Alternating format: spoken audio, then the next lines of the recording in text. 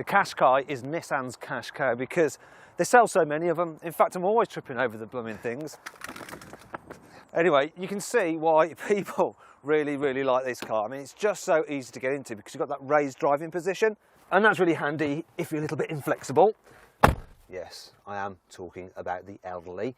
Now here on the inside, this Qashqai, it feels like a quality product. The materials are all very nice and it feels solid, and the way it's screwed together. I think Nissan could have been a little bit more adventurous with the design though, but on the whole it's okay. In terms of cubby spaces, they're reasonable too. One thing I do like though is under this central armrest there's actually these little guides there where you can thread the cable for your mobile phone through, so that when you're charging it and you put this down, it doesn't snag the cable. That's really nice. Overall, equipment levels are pretty good. You don't get quite as much for your cash as you do with a Kia Sportage.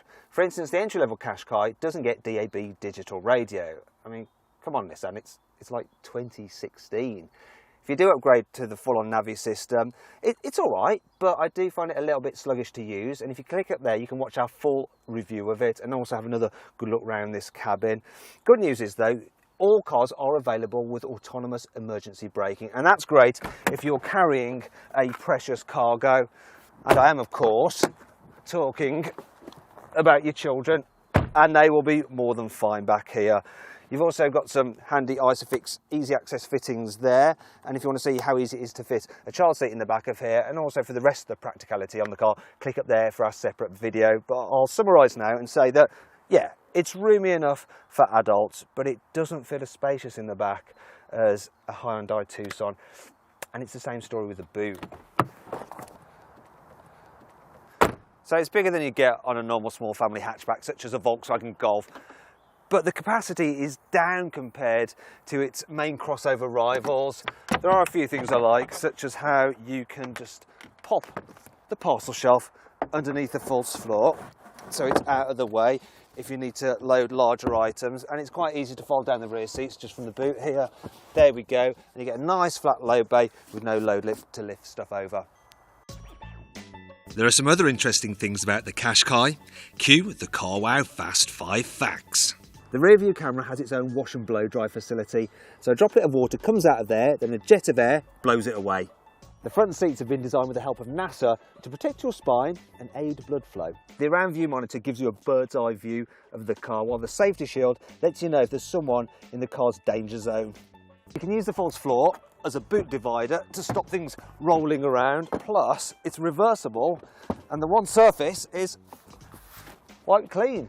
The Qashqai is built every 62 seconds, so since the start of this video, 3 have been made. There are also some other interesting features about the car designed to enhance the way it drives. Now, I don't want to bore you with techie stuff, but I need to explain something. So, some car suspension isn't very good at multitasking. It can either deal with long, slow bumps or lots of little fast bumps, but the dampers in this car can actually cope with both pretty well. Also, it uses a system where it brakes the front wheels, then the back wheels as you go over a bump to help level the car out. Now, occasionally you can feel the system kind of throw wobbly when it gets a bit confused and goes, ah! Like it doesn't know what to do. And it's as though the car's kind of pushing and then pulling you. But on the whole, it does a fabulous job. Also, when you go round a corner, the brakes nibble at the inside wheel to help get the car turn in. And that really does help with the road holding. Actually, that was a little bit long-winded. I could have summarised all that with the Qashqai. It handles pretty well and is very comfy. Sorry.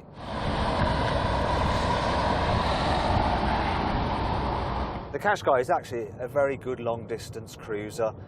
So there is a little bit of wind whistle at speed from around the door mirror, but on the whole it's not too bad.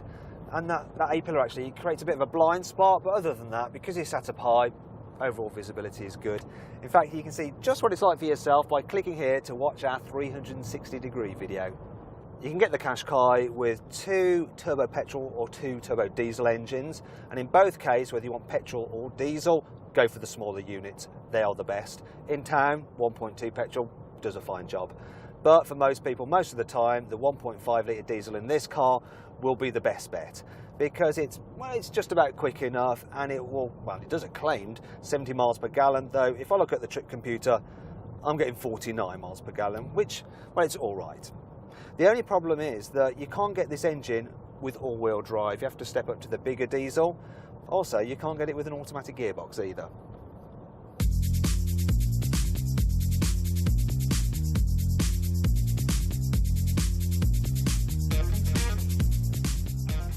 Right then, overall, the Nissan Qashqai. Okay, so there are rivals with more interior space, and I do find its infotainment system a little bit sluggish. But, you know, it's a very comfy car to travel in, and it's got some great safety kit. Now, if you want more information on the Nissan Qashqai and to find out the best deal you can get on that car, click up there to go to carwow.co.uk.